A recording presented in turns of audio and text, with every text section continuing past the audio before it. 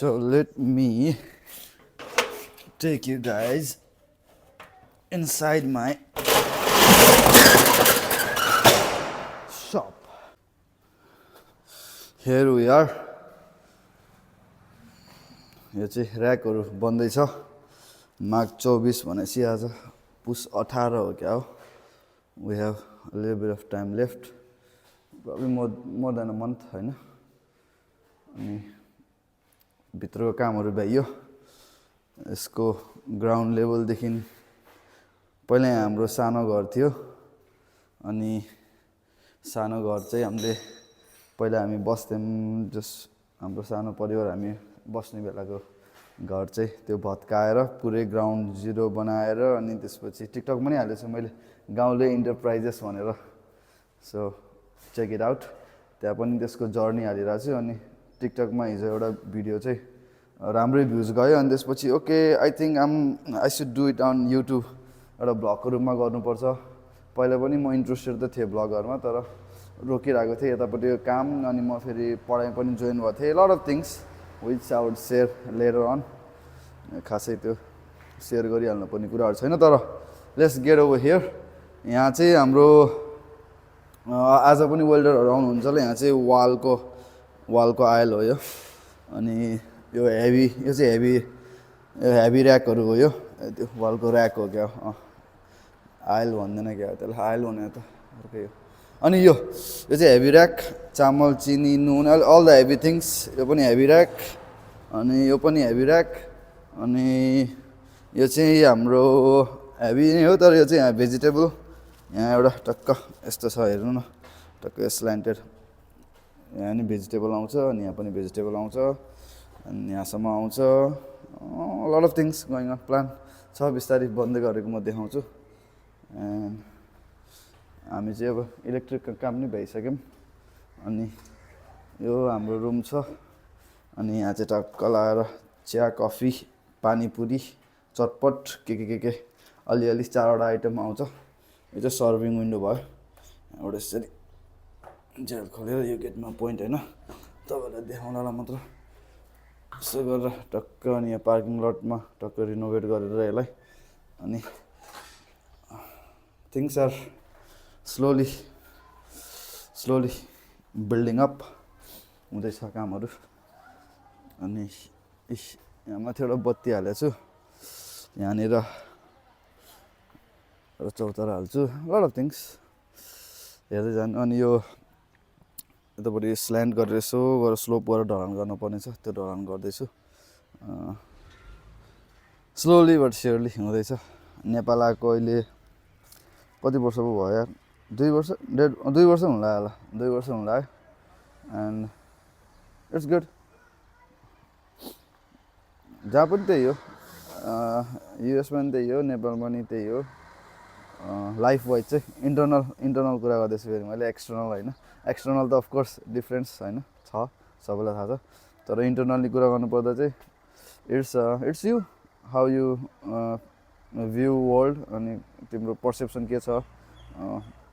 for everyone तिम्रो surrounding पिपलहरुको लागि तिम्रो कम्युनिटीको लागि तिम्रो सबै विश्वको लागि तिम्रो पर्सेप्सन जे छ त्यही नै हो हुने हैन सो हिजो बोट ल्याएर यहाँ रोपेको यहाँनिर थियो यो बोट यो धुपीको साइडमा थियो यहाँनिर रोपेको ट्र्याक्टर लाउँदै हुनुहुन्छ अनि त्योहरूले तर्सेछ गाई ट्र्याक्टरले स्कुल बस हाम्रो नारायण स्कुल बसहरू छ चाहिँ हाम्रो नमुना चोक यो चाहिँ हाम्रो कासा सुकासा मिकासा कासा भनेको चाहिँ स्पेनिसमा घर हो है फेरि जसलाई थाहा हैन भने चाहिँ हाम्रो ग्याङहरुलाई बाहिर निकाल्न भएन भित्रै पानी रो दिनु पर्यो अब यो सबै ग्याङहरु पनि यहाँबाट हट्छन् यिनीहरुको पनि माइग्रेसन हुँदैछ अनि हाम्रो यो नमुना चोक AFU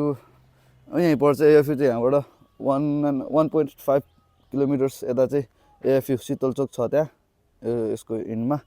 अनि अन्तर्राष्ट्रिय रङ्गशाला क्रिकेट रङ्गशाला लिटरली भन्नुपर्दा चाहिँ यो साइडमा हो तर रोड चाहिँ जान्छ यसरी हो यहाँबाट गएर लेफ्ट हान्ने हो यो सिधा छ त्यहाँनिर चाहिँ रङ्गशाला हो एन्ड हाम्रो यहाँ सरसफाइ भइरहेको छ मैले कति अपडेट दिएँ यार एउटै भिडियोमा यहाँ सरसफाइ हुँदैछ यहाँ यो चाहिँ हाम्रो यहाँ बर पिपल यहाँ चाहिँ सरसफाइ गरियो अस्ति भाइहरू हाम्रो टिम परिवर्तन मिलेर सरसफाइ गरियो हाम्रो एउटा सानो प्रोजेक्ट छ क्यालेक्स्थेनिक पार्कको प्रोजेक्ट छ त्यो प्रोजेक्टको लागि पनि म खबर गर्छु साथीहरूलाई फन्डिङको लागि है